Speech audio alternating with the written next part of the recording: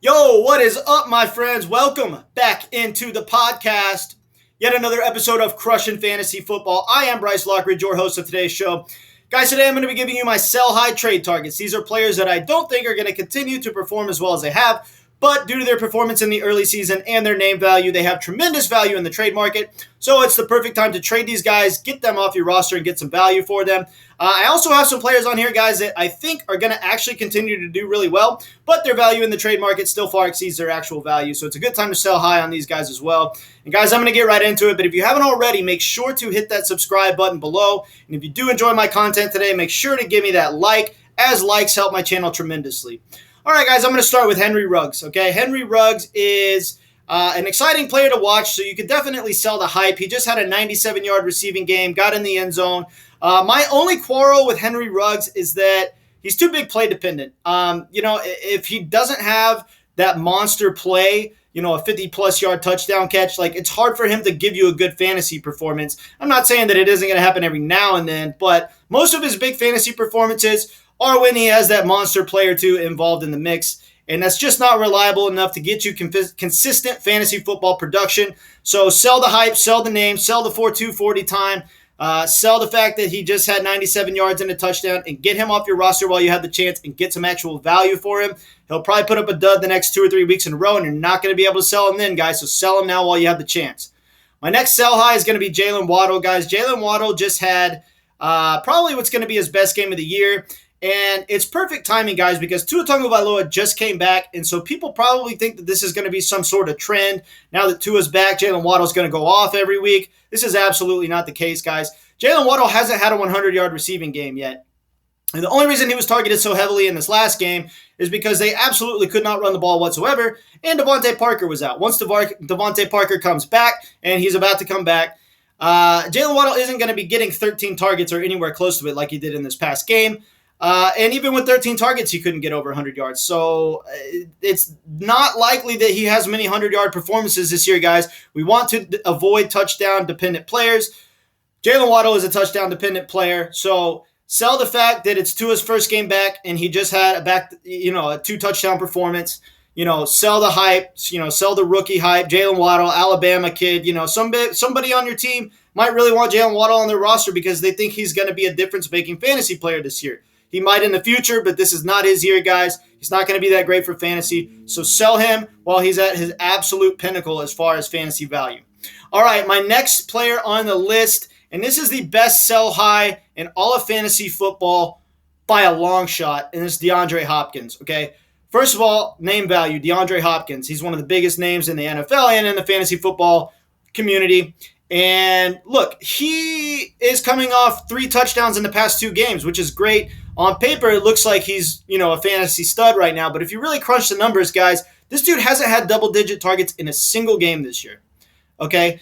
And he hasn't had a 100-yard receiving game yet. And an offense this potent, the fact that he hasn't had a 100-yard receiving game yet is a major red flag, okay? I just don't trust this dude to get real fantasy output this year because he's just not being treated like a wide receiver one. He had 4 targets in this last game and happened to have 2 touchdowns, guys. This is extremely fluky. He was out-targeted by Christian Kirk and A.J. Green. This is really bad, guys. A true wide receiver one is never going to get out-targeted by Christian Kirk or A.J. Green.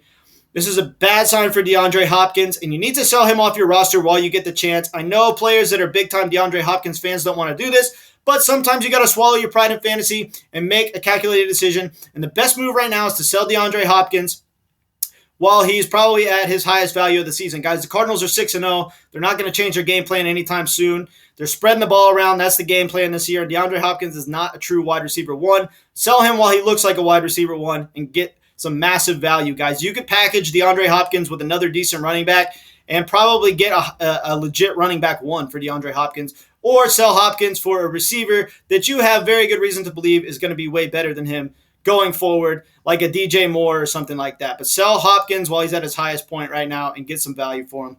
My next player on my sell high list is going to be Antonio Brown. Now, I want to be very clear, guys, that I do think Antonio Brown's actually going to have a really good season as far as fantasy is concerned. But he's probably at his highest value right now because he's coming off back-to-back monster fantasy performances. And look, this is still a team that's going to spread the ball around. We've seen the emergence of Leonard Fournette in the offense, so they're going to run the ball probably more than we thought we did. Leonard Fournette's getting targeted heavily out of the backfield, so some of the passes are going to Fournette. There's still going to be games where Chris Godwin and Mike Evans out-target Antonio Brown. So Antonio Brown is still going to have weeks that he busts just because there's just way too many mouths to feed in Tampa Bay. I still think he's going to be a really good fantasy player, but right now his value in the trade market exceeds his actual value because he's still going to have weeks where he puts up a complete dud, and he's coming off back-to-back monster fantasy performances. Due to the immense amount of targets in Tampa Bay, he's really just a wide receiver 2, and right now he looks like a wide receiver 1 on paper. So sell him for an actual wide receiver 1 while you have the chance, because odds are next week he's not going to put up that third badass week in a row, and you're going to lose your chance to sell Antonio Brown. So sell him right now while you have the chance. Get a true wide receiver 1 in return for him. That's the kind of player you can get for Antonio Brown. And don't settle for less than a wide receiver 1 because this dude is really good. Okay, my next player on my sell high list is going to be Darrell Henderson Jr. Guys, Darrell Henderson Jr. is, don't get me wrong, he's been really good, and I think he's going to continue to be good just because he's on a really efficient offense. So his odds every week of getting in the end zone are pretty good. But even in that scenario, you really want to avoid touchdown-dependent players in fantasy. And when you really look at it, this guy is touchdown-dependent. Out of the Rams' 5 games so far, he hasn't rushed for 100 yards in a single game. When you combine passing yards and rushing yards, he's had 200-plus yards performances, but they were just barely over the century mark. So he's not really putting up those monster games as far as yardage is concerned.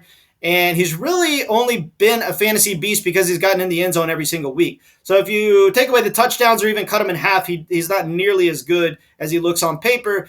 And he's coming off a game in which they just blew the doors off the Giants. Everybody knew the Rams were going to murder the Giants, guys. This was a given. We knew that Darrell Henderson would get more carries than he usually does because the Rams were playing with a lead. He had 21 carries in this past game, but that was just most of the season. He hasn't had a 20-plus carry game until now. So I have reason to believe that that's just not going to happen on most weeks, and that's not enough volume to be a true running back 1. True running back 1s have 20-plus carries in most weeks. He is not going to be that guy, but right now he looks like a running back 1 based on what he's done the past couple of weeks. He's coming up a multiple touchdown performance. So sell high on Darrell Henderson and get an actual running back 1 for Darrell Henderson. Somebody like a Joe Mixon. Maybe you could get a badass receiver if you're in need of receivers, like maybe like a DJ Moore. And I mean, honestly, guys, like some people might think this is crazy right now, but I would trade Darrell Henderson for DJ Moore straight up. Because DJ Moore is a true wide receiver 1. He's one of the biggest difference-making players in fantasy football this year. I'm telling you right now, even when McCaffrey comes back, DJ Moore will be one of the biggest difference-making players in all of fantasy football. Darrell Henderson looks better than he actually is right now, so sell high on him while you have the chance. My next sell high is going to be Khalil Herbert. Guys, Khalil Herbert is coming off a huge game. You know, he just had 100-plus yards, and he got in the end zone. And guys, that's great and everything. 112 yards and a touchdown is always good. But look, Damian Williams wasn't active this last game. Damian Williams is going to eat into both of his rushing attempts and his passing attempts. And Damian Williams is a really good back. So Khalil Herbert is not just going to lead this backfield when Damian Williams comes back. It's going to be more of a split backfield. So he's already not a true running back 1 in his offense. And people are thinking that he's a running back 1 right now. This is absolutely not the case. Couple that with the fact that David Montgomery is going to be back in about a month, and then he's not going to see Khalil Herbert's not going to see much playing time at all.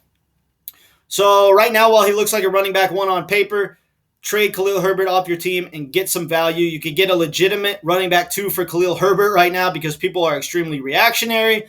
So sell the hype, sell Khalil Herbert right now for an actual running back 2, and sell them while you have the chance. All right, guys. My last and final player on my sell high list right now is going to be Hunter Henry. Guys, Hunter Henry has gotten in the end zone 3 weeks in a row.